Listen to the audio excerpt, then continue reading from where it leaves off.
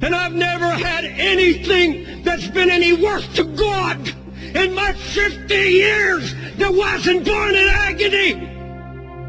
Never. Never. It's all been flesh otherwise.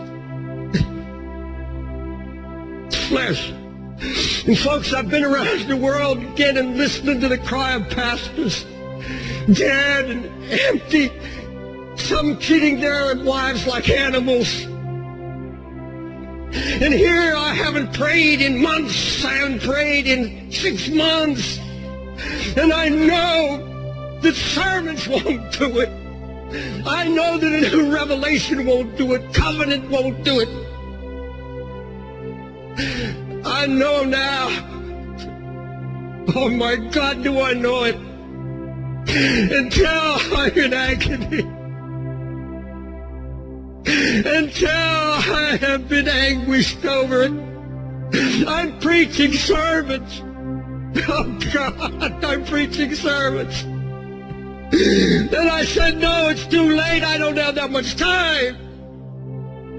And all our projects, all our ministries, everything we do, where are the Sunday school teachers that weep over kids they know are not hearing and they're going to hell? Oh, everywhere I go, somebody's got a project. Somebody's got a plan or a dream. That's all it is. It's an idea. They didn't come to me from a broken heart. They didn't come to me after hours of fasting and praying and mourning. Not a broken heart. It's an idea. I'm sick of it. You see, a true prayer life begins at the place of anguish, a place where lifetime decisions are made. You see, if you set your heart to pray, God's going to come and start sharing His heart with you. He's going to open up His heart. And I'll tell you, there's pain in His heart. But He sees, and so few to hear. He's going to show you the condition of His church. He's going to show you the condition of your own heart. And He's going to ask you a question. What is it to you? What is it? And that anguished servant has to make a decision. And everyone hearing me now, you're going to have to make this decision. I have to make it. You either get up from your anguished place, you walk out of the baptism waters of anguish. You say, I can't handle this. I can barely make it as it is. I don't want it. God, I have enough. I just want to be an ordinary Christian. I don't want to carry this kind of a burden. I don't want to have to weep over my family anymore. I'm going to take it by faith. See, you have to make a decision. You're going to come and He says, now, if you're going to bear my burden, if you're going to be an instrument of restoration, if you are expecting somebody else to be an instrument to win your family or to do this work, you're mistaken. I've burdened your heart. I've given you my heart, and I've opened up my anguish to you, and I'm letting you feel it and share it so that it will bring you to your knees. Because it is there that I'll speak to you the word of direction. And that's what happened to Nehemiah. He came eventually out of the waters of anguish with a clear word that nobody could reject. He brought the city and nation to its knees. You find that in Nehemiah, the 8th chapter. You see, you either walk away and go back to your passivity and say, I'm just going to be an ordinary Christian, and there's no such thing.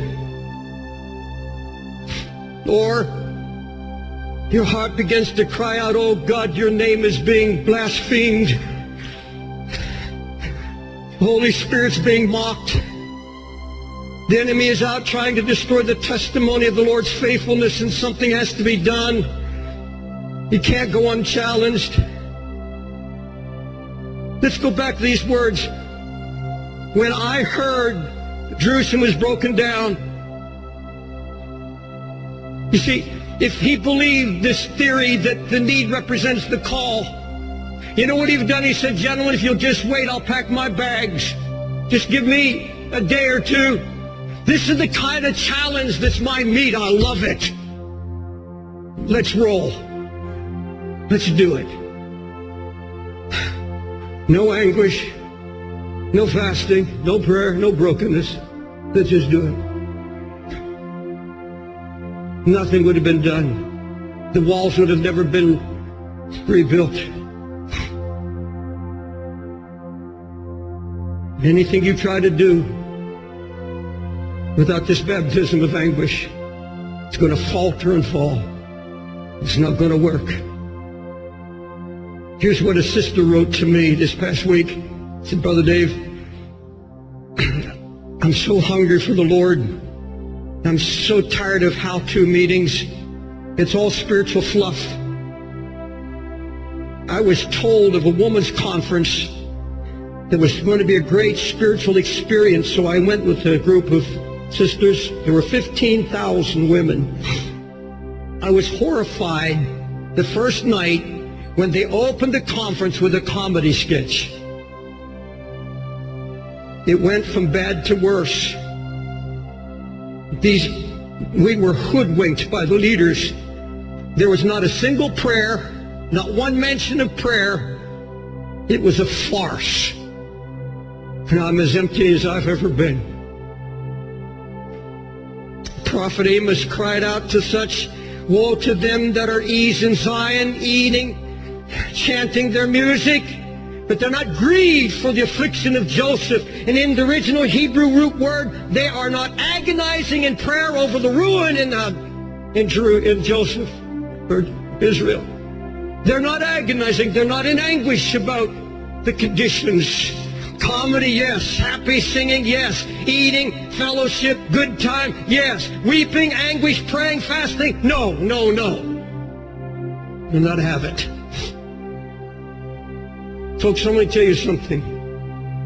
Out of this baptism of anguish comes a marvelous thing that happens to those willing to submit to it. A marvelous thing. It's the instant, prompt knowing of God's voice. Instant. Now see, if you don't have a history of prayer, if you don't have this willingness to share God's heart, you get it by asking Him for it. He said, I'll give. I'm more willing to give you are to receive. This is something you ask. Oh God, I want to step out now and I want to know your heart. And when you begin to seek His face, you allow Him to melt and break you. You come into this communion with the Lord. Out of that experience, you see, God hasn't called us to live in anguish. This is the birth, this is the womb of something God is stirring, God wanting to accomplish in bringing out of ruin, restoration in your family, whatever it may be. He'll bring you down into this baptism. Now, just like the baptism waters, you come up, you come out. But you'll come out with this instant knowing of God's voice. Because you see, Nehemiah, he'd been fasting, he'd been praying, he'd been mourning and left a mark on his countenance, and the king noticed that he was a cupbearer. And one day he brings the wine to the king, and the king says, why are you so down? Why your countenance? Nehemiah didn't have time to go and bosom his heart to the Lord. He didn't have time now to go and say, give me 3 days to fast and pray. No, he had to have an instant word. Why you said countenance? Nehemiah said, I was very sore afraid. So I prayed to the God of heaven, and I said to the king. In other words, instant prayer, instant direction. Knowing God's voice.